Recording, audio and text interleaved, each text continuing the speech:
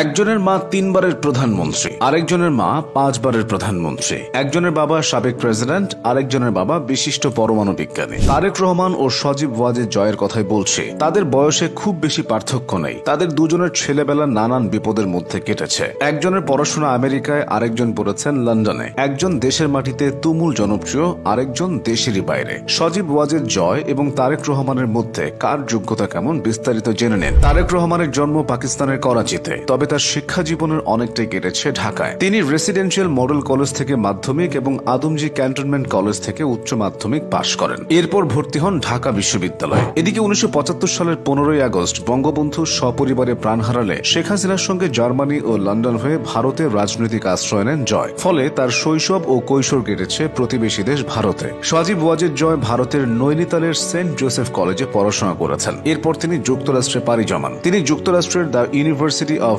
Texas at Arlington থেকে computer বিজ্ঞানে স্নাতক সম্পন্ন করেন। পরবর্তীতে তিনি হার্ভার্ড বিশ্ববিদ্যালয় থেকে লোক প্রশাসন বিষয়ে মাস্টার্স ডিগ্রি নেন। পড়াশোনার ক্ষেত্রে জয় তারেক রহমানের চেয়ে এগিয়ে আছেন। বিশ্বের সেরা সব প্রতিষ্ঠানে জয়ের পা পড়েছে। তবে রাজনৈতিক ব্যাপারে তারেক রহমান আবার জয়ের চেয়ে অনেক এগিয়ে আছে। তারেক রহমান 1988 সালে রাজনীতিতে নাম লেখান। প্রথমে তিনি বিএনপির গাবতলী উপজেলার প্রাথমিক সদস্য হন। এরপর বিএনপির বগুড়া জেলা কমিটিতে যোগ দেওয়ার মাধ্যমে চূড়ান্তভাবে এই অঙ্গনে তার পথ চলা শুরু হয়। 1991 সালের জাতীয় নির্বাচনের সময় তারেক রহমান সক্রিয়ভাবে বিএনপির পক্ষে সমর্থন জোগাড় করেছিলেন। তিনি বিএনপির জাতীয় প্রচার অভিযান কৌশল কমিটির সদস্য ছিলেন। পাশাপাশি তার মা খালেদা জিয়া যে 5টি আসনে প্রতিদ্বন্দ্বিতা করছিলেন সেখানে নির্বাচনী প্রচারণা সমন্বয়ের দায়িত্ব পালন করেছিলেন। এদিকে রাজনীতিতে জয়ের আগ্রহ ও চেষ্টা কোনোটাই দেখা যায়নি। 2010 সালের 25 ফেব্রুয়ারি জয়কে পিতৃভূমি রংপুর জেলা আওয়ামী লীগের প্রাথমিক সদস্যপদ দেওয়া হয়। এছাড়া 2023 সালের 11 ফেব্রুয়ারি গঠিত হয় রংপুর জেলা আওয়ামী লীগের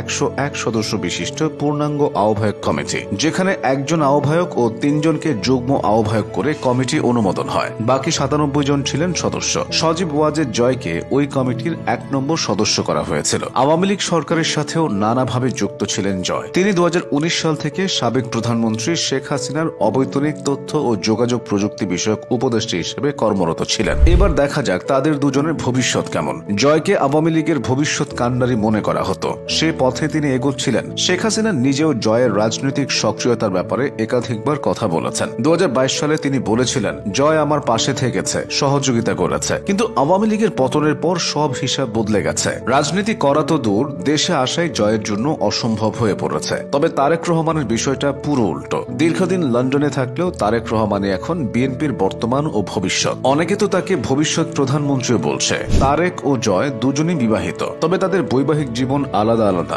ব্যক্তিগত জীবনে জয় 2002 সালের 26 অক্টোবর যুক্তরাষ্ট্রের নাগরিক ক্রিস্টিন ওয়াজেদের সঙ্গে বিবাহ বন্ধনে আবদ্ধ হন। তাদের সোফিয়া ওয়াজেদ নামে এক কন্যা সন্তান আছে। তবে 2025 সালের জানুয়ারিতে জয় বলেছিলেন, ক্রিস্টিন এবং আমি আর একসঙ্গে নেই, আমরা প্রায় 3 বছর আগে আলাদা হয়েছে। এদিকে ব্যক্তিগত জীবনে তারেক রহমানকে বেশ সুখী দেখা যায়। জোবাইদা রহমান তার স্ত্রী, জাইমা রহমান নামে তাদের এক কন্যা সন্তান আছে। বর্তমানে জোবাইদা রহমান ঢাকায় আছেন। তারেক রহমানের সঙ্গে তিনি 1.5 দশক লন্ডনে ছিলেন। সব মিলিয়ে বলতে হয়, তারেক রহমানের যদি পৌষ মাস চলে, জয়ের তাহলে সর্বনাশ চলছে।